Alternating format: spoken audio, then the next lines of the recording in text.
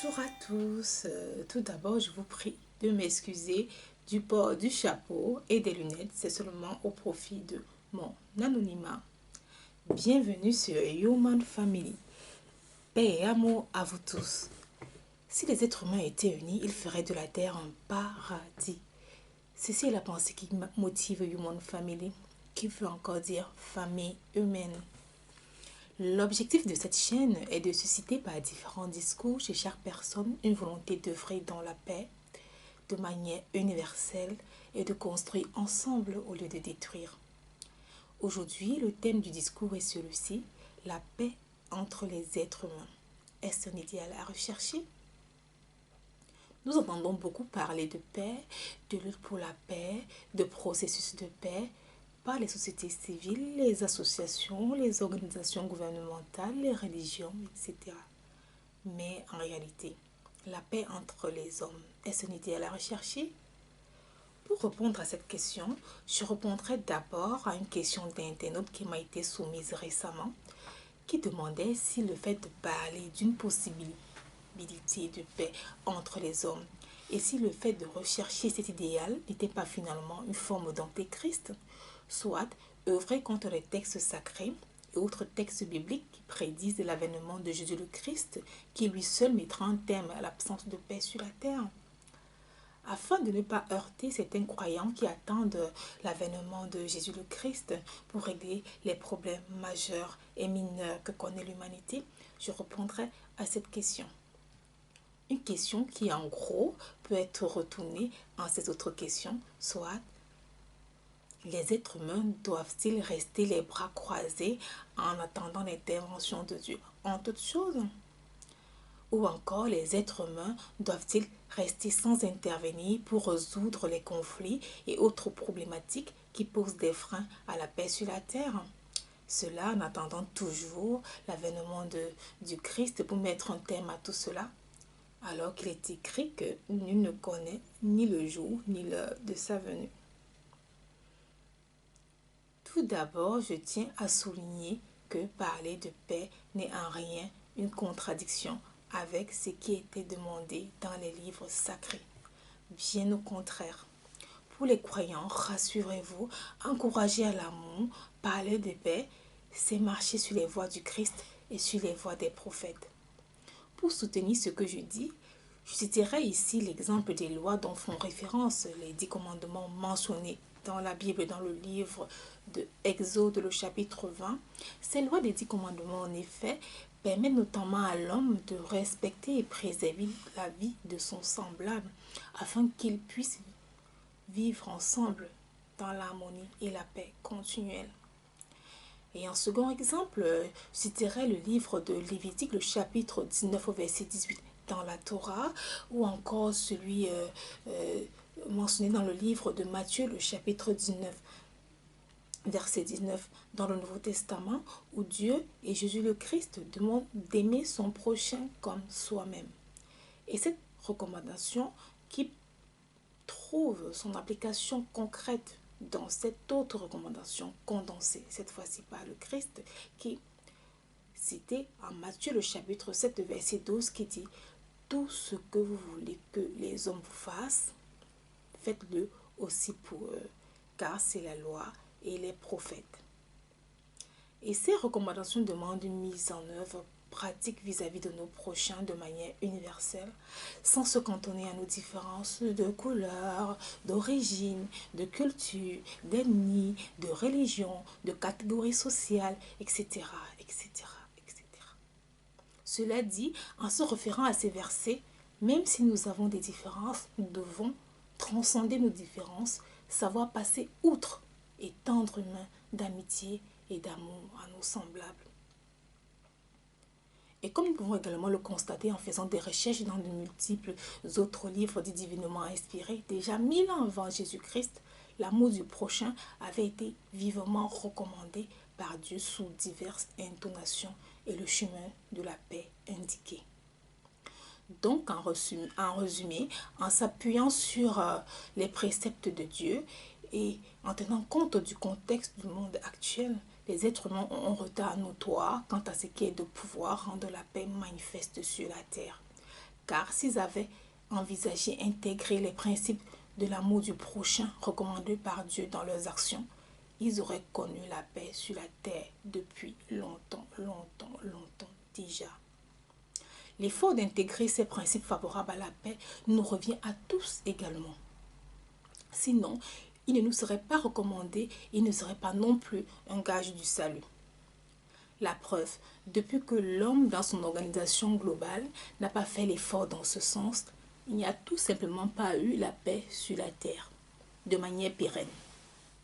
Et d'après ce que disent les écrits dits révélés, que ce soit la Bible, que ce soit le Coran, que ce soit le livre des Védas, que ce soit le livre de Mormon, que ce soit le livre du Rantia, etc., l'homme n'aura pas droit au salut éternel non plus s'il n'est pas engagé concrètement à mettre en œuvre l'amour, la paix, la justice réelle dans chacune de ses actions quotidiennes face à son semblable. Et en soi, cela n'est pas si difficile, car cette obligation se résume uniquement dans la règle d'or. La règle d'or qui naît des déclinaisons des recommandations divinement inspirées depuis la nuit des temps. La règle d'or est celle-ci. Ce que tu ne veux pas que l'on te fasse, ne le fais pas à autrui. L'obligation d'aimer son prochain trouve son application dans la règle d'or. Une règle d'or qui vaut son nom. Car elle n'exige que l'amour.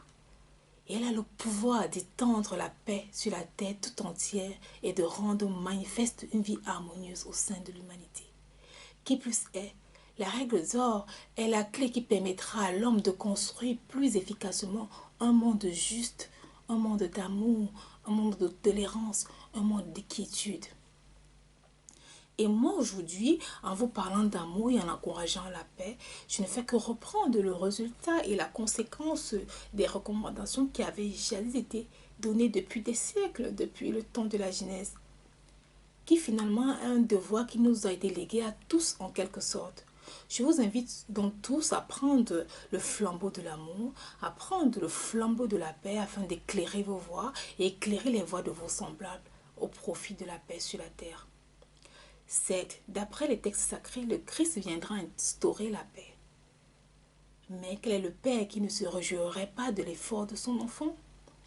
Quel est le père qui ne se réjouirait pas du respect de ses ordonnances, de ses recommandations par son enfant?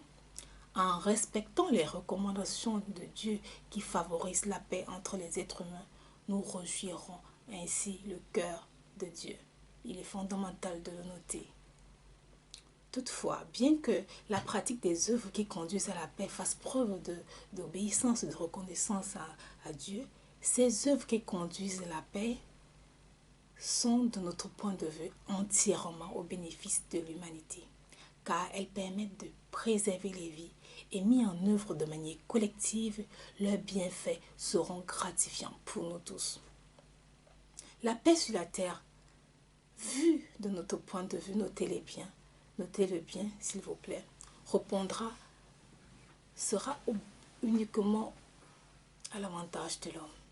Parce qu'il répondra à un besoin fondamental, intrinsèque, inné chez l'homme qui est de vivre en tout temps dans un environnement de quiétude et de sécurité. L'humanité est composée d'une multitude de personnes et pour que la paix puisse être plausible sur le plan terrestre, cela nécessite l'effort et la volonté individuelle de chaque personne. C'est chaque personne qui apportera sa nette contribution à son humble niveau à l'étalement de la paix sur la terre.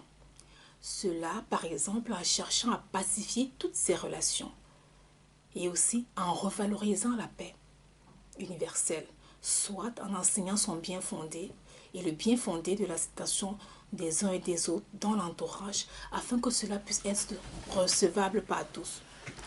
Ou encore en l'intégrant dans l'éducation au sein des familles, dans le système éducatif, au sein de nos institutions, afin que cela puisse avoir un impact réel sur la génération présente et sur l'héritage que nous laisserons aux générations futures. Alors, je vous invite tous à envisager les choses différemment dès aujourd'hui. La paix sur la terre fait partie d'une probabilité éventuelle que les êtres humains sont à même d'accomplir sur leur chemin de vie terrestre si telle est leur volonté. Bien sûr, cela nécessite de l'effort, un effort collectif. C'est pourquoi nous devons faire en sorte tous que, que la paix sur la terre soit un idéal recherché par nous tous. Nous devons faire en sorte que sa poursuite soit semblable à la poursuite de la plus grande richesse matérielle qui soit. Car elle est utile, elle est nécessaire et elle est vitale pour l'humanité tout entière.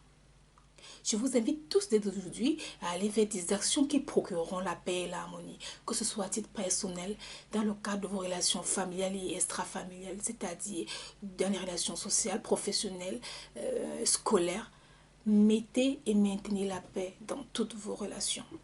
Et au titre des États, sur le plan national et sur le plan international, j'encourage tous les pays à aller vers le changement des pratiques par la mise en œuvre des politiques collaboratrices favorables à l'unité, axées sur la solidarité, sur l'échange, sur le partage et qui visent essentiellement la paix universelle. Les choses sont si simples que ceci. Si les hommes étaient unis, ils feraient de la terre un paradis. Si nous les êtres humains, nous vous aspirons et souhaitons vivre dans un monde de paix, comme c'est le cas pour beaucoup d'entre nous. Alors n'attendons pas toujours que la magie vienne d'en haut et que tout l'effort vienne du ciel. Mais faisons nous aussi de gros efforts dans ce sens. Choisissons d'agir en nous tournant simplement vers des paroles et des actions qui seront des accélérateurs pour cet objectif visé. Tournons-nous vers l'amour, tournons-nous vers le pardon des uns et des autres, tournons-nous vers le pardon des nations. Choisissons de vivre en tout temps dans la paix afin de bâtir le monde tant espéré. Avec des mots d'amour et des gestes d'amour, construisons le monde de demain.